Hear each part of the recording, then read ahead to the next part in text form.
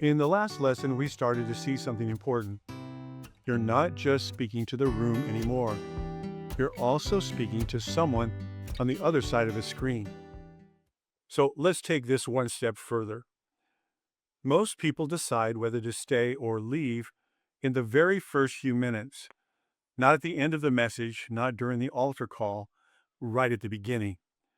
And the challenge is most churches aren't designing that moment intentionally.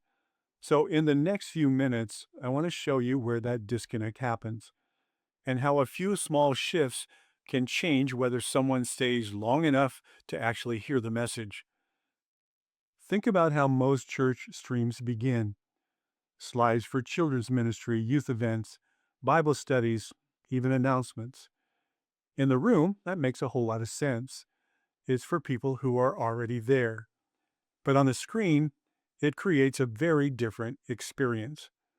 Someone clicks in, and for the first few minutes, they're just watching slides.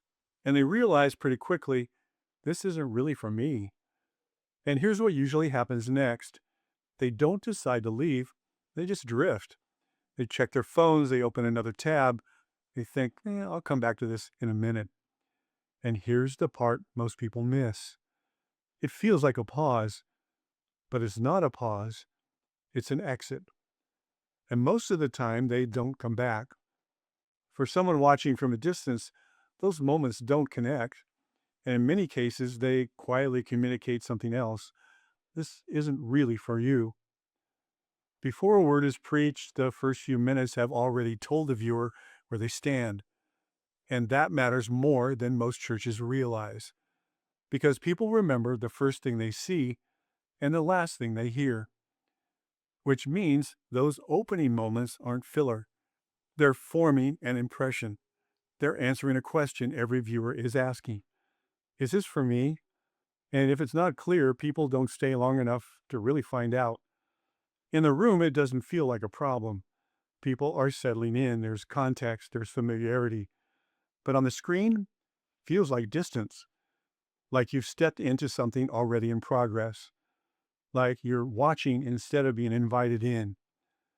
But when that happens, the message doesn't just get delayed, it gets missed. So here's the disconnect. Churches are asking, how do we start the service? How do we inform the room? But they're not asking, what does the viewer need in the first few minutes? Because of that, the opening gets designed for the wrong audience. Because for the viewer, this isn't a continuation, it's a decision point. And they're deciding, do I stay or do I move on? And most of the time, that decision is made before the message even begins. So here's something simple you can try this week. Go back and watch the first 5 minutes of your last service, not from the stage, from the perspective of someone watching for the first time, and ask one question: would I stay? And if the answer is no, don't feel bad. That's where the opportunity is.